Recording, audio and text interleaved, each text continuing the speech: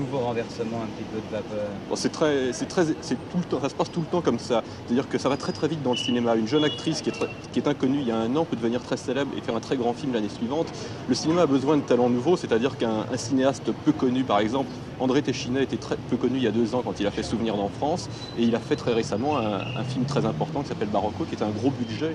Et les frères Taviani, bon, sont des cinéastes très célèbres en Italie, ils travaillent surtout pour la télévision italienne.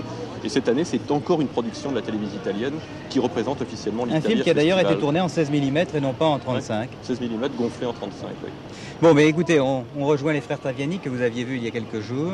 Et puis, je crois que ces frères Taviani ont voulu que l'auteur de ce roman dont ils ont tiré Padre Padron soit avec eux dans ce film. Nous les retrouvons à l'instant avec Dominique Rabourdin.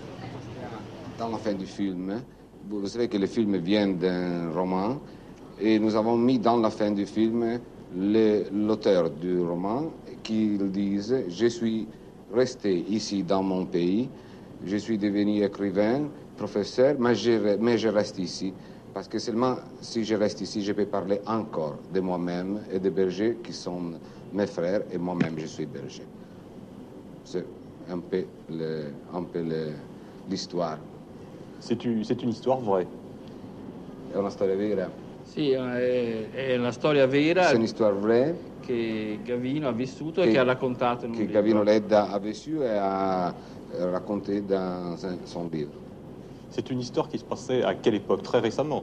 Oui, jusqu'à ce moment. Il a 35 ans dans ce moment, et alors c'est une histoire qui va commencer 35 ans avant. Est-ce qu'il y a encore en Sardaigne des bergers qui sont complètement incultes, comme votre personnage au début du film? Oui, pas seulement en Sardaigne, parce qu'on parle de la Sardaigne, on parle un peu de tout le sud italien. Et en Calabre, il y a un garçon qui a vécu comme Gavino sur les montagnes. Il n'a eu pas la force de Gavino de se révolter, et alors il a pris le fusil de son père et s'est tué. C'est une situation qui reste encore, mais surtout c'est une situation emblématique de tous les gens qui sont séparés par le pouvoir, séparés des autres. Et le film, c'est sur la communication, sur la nécessité de la communication entre les hommes et la nécessité surtout de se révolter à une situation de séparation.